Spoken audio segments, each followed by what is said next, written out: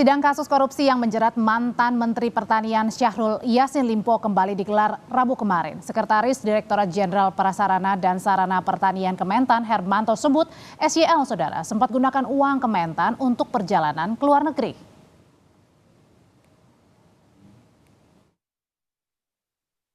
Dalam sidang lanjutan yang digelar di Pengadilan Tipikor Jakarta, Hermanto bilang perjalanan SYL yang ditanggungkan kepada Kementan adalah ke Brazil, Amerika Serikat, dan Arab Saudi.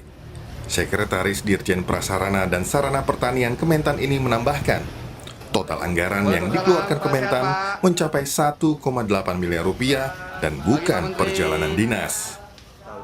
Kemudian Brazil, kemudian Amerika, itu kita diberi beban 200 juta.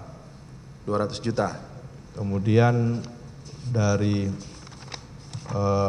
Brazil, Amerika, kemudian Arab Saudi. Arab Saudi itu kita dibebankan di PSP 1 miliar.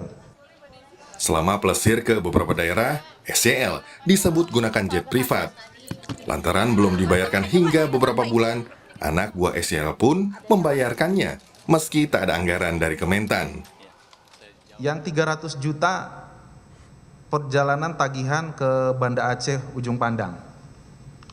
Ini di Oktober 2022. Saksi masih ingat ini? Masih. Kegiatan apa itu yang ke Aceh Ujung Pandang itu? Kalau kegiatannya saya nggak tahu karena tidak tahu juga. Nggak tahu. Hanya kita dapat tagihannya itu kalau nggak salah kejadiannya itu bulan Maret atau bulan apa itu ya? Lupa. 2022 ya? 2022. Di BAP saksi Oktober 2022. Iya, itu ditagihnya. Oke. Tapi kegiatan yang menggunakan pesawatnya itu sepertinya sebelumnya. Sebelumnya. Jadi kita tuh tahu-tahu dapat tagihan gitu saja. Artinya ini ya, maksud saksi itu kegiatannya sudah ada. Sudah dilakukan. Tinggal ditagih begitu. Ya, ditagih aja ke kita. Sehingga nilainya tahu dari tagihan itu. Dari tagihan itu ya? saja, tapi kegiatannya kita nggak tahu. Oh begitu, semacam reimburse ya? Iya, reimburse. Sudah kegiatan berjalan, ada tagihan? Iya, ada tagihan. Tak hanya itu, pada sidang sebelumnya, saksi yang hadir menyebut SYL kerap menggunakan dana Kementan untuk keperluan pribadi dan keluarganya. Beberapa di antaranya membayar tagihan kartu kredit sebesar 215 juta rupiah, pemeliharaan apartemen sebesar 300 juta, angsuran kendaraan 43 juta, hingga gaji ART di rumah pribadi di Makassar 35 juta, dan hewan kurban sebesar 1,6 miliar rupiah. Bahkan, keperluan istri dan anak hingga cucu pun ditanggung Kementan. Beberapa di antaranya adalah biaya perawatan wajah, perhiasan, lalu pembelian mobil untuk anak 500 juta rupiah, umroh bersama keluarga 1,35 miliar, hingga uang saku istri 30 juta dan hitanan cucu 1,2 miliar.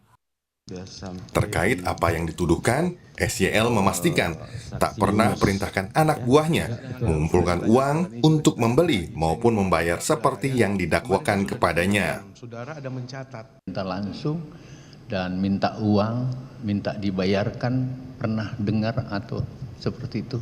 Yang langsung dari saya, adik, kan ini adik-adik saya nih semua. Pernah dengar?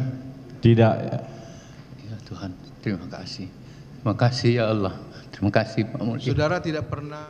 Terkait kasus ini, KPK menyebut sangat mungkin anggota keluarga SYL ditetapkan sebagai tersangka.